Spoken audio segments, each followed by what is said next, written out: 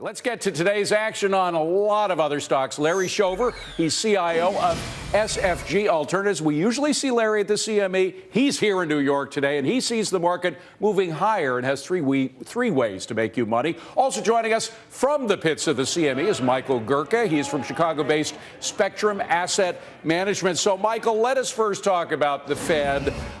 Fed President Charles Evans is usually talking about printing money being a good thing. Today, he's saying that they may pull back from that a little bit. That sent the markets down. But I imagine a lot of CME traders were glad to hear that maybe the economy can stand without the artificial push from the Fed.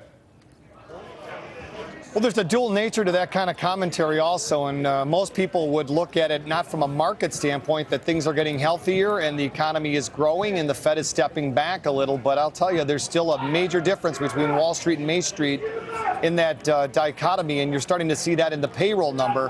But I think the Fed needs to start taking a little bit more responsibility in their vernacular, and I think that's one of the reasons why you had that comment today. Well, okay, so we know that there are going to be all kinds of comments that'll gyrate the markets, but the real opportunities at the moment, what do you see? And as we look at these things, Michael, I'd love to know your opinion on where the true opportunities are. Yesterday, Jeff Flock was standing in a soybean field saying these prices are really low. And so if not commodities, is it equities all the way?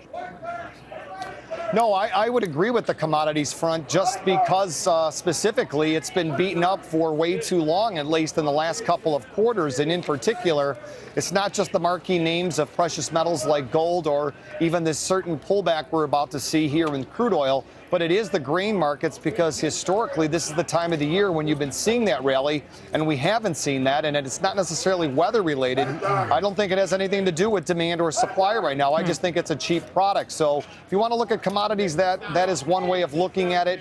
And the other, of course, would be the equity market as a whole. I think, let's be honest right now, it's rather healthy for upside projections to start seeing some somewhat major pullbacks, and we're getting that in the market like today. But, you know, again, against last week's all-time highs, it would be normal to see this kind of profit taking, but we're getting it again, as you would expect. Hey, Larry Shover, first of all, thanks a lot for bringing that Chicago weather here to New York, because you broke up the heat wave. So we appreciate what you've done. Larry came in on Saturday with the cool weather.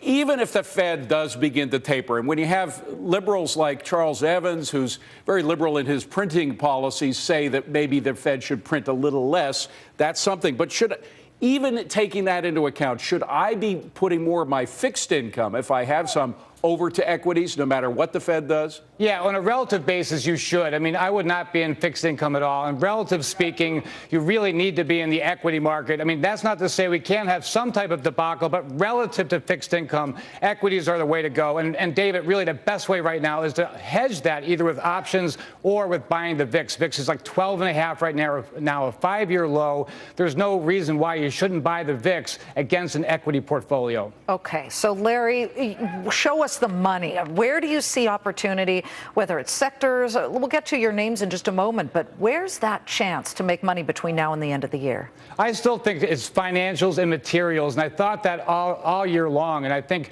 as our economy continues to build upon itself, as our budget deficit continues to shrink, it's going to shrink $450 billion this year. I mean, it's going to propel That's a good thing, financials. Right? It's incredible. I mean, we are growing, not great, we're growing a little bit. It's going to be very, very good with the backup in yields for financials and for materials. Let me push back a little on that, Larry. The fact is that taxes were raised, and also we had the sequester. So you have a lot more money coming in and a lot less money going out. But that may be temporary. We may have, in fact, a lot of people getting out of taxable income as a result of adapting to the new tax rules. We may have problems with the sequester, so that may change. It could change very well. I mean, we had $200 billion deficit reduction in 2012.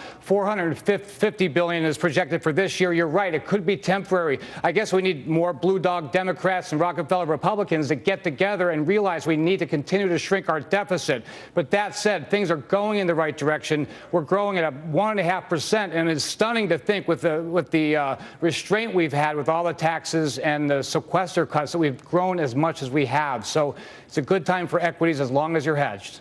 Michael, as you wrap up and you look at what's happening in the pits today, Tell us what you think about leadership when it comes to stocks overall. You guys are sitting there watching the flows. You get the order calls. You see where people are backpedaling and get me out of this, get me out of this. What jumps out at you as far as investor behavior lately? I think what jumps out to me is the fact that historically investors have learned a lot in the last 10 years, and they are not going to let this fall out of bed and think that they missed an opportunity. The opportunity here is to start taking profits. I'm not a wild bear here, but I'm telling you, these are frothy markets, regardless if you think the S&P is going to be up 30% this year. No one anticipated to see this kind of staggering upside. Okay. And my belief is that you're going to start seeing the market start to come off. Hey, Michael, forgive me for interrupting, but we're all focused on Disney, but also 21st Century Fox has its numbers out. Ashley Webster, you're reporting on that. What do the numbers look like? Yes, we do indeed, David. The parent company of Fox Business Network. Of course, since the end of June, this company has been operating separately from the newspaper and book publishing business. On the EPS side, coming in a little short, as you can see, the estimate was for 34 cents, the actual number 31 cents, but beating a little bit on the revenue side. The estimate was for $7.12 billion. It came in at $7.21 billion, so that's better. Cable revenue, I just see now for the quarter, actually up above estimates at $2.95 billion. And by the way, that revenue number is a 16% increase year over year, but missing just a little bit on the earnings, but beating on the revenue side. All right. Once again, we should emphasize they are the parent company, Fox Business, but this is also the first quarter in which they've reported outside of News Corp. That is, News Corp split it in two divisions. First quarter in which TV and film divisions have been separated from newspaper and books. After hours, trading a little bit on the upside. They're happy with the revenue flows coming particularly from the cable products, of which we are one. Let me just mention, too, as we said, the fourth quarter television revenue, $1.1 billion. Direct broadcast satellite television revenue, $1.4 billion. Filmed entertainment, $2.04 billion. I'm going over these because these are where people take one piece of the puzzle and add it and figure out what's missing here. But at the moment, with the stock trending slightly higher from its last close, Fox A is the ticker symbol. That's what's happening here. Larry Shover, let's give you the last question here. And oil, this is a concern. It came down a lot today. It's still over $100, though. Are traders expecting it to come below $100 in the weeks coming? Yeah, traders are expecting a short-term correction. We saw some inklings of Iran wanting to speak. I mean, that threw off everybody and had a bearish tone to the market. Also, there seems to be more oil going online, and that's changing the whole supply story that everybody was so worried about all summer long. Larry Shover, wonderful to see you here in New York. It's a nice city, isn't it? It's a wonderful city. It's great to be back home. Larry Shover, good to see you. Thank you. And Michael, thank you very much, Michael.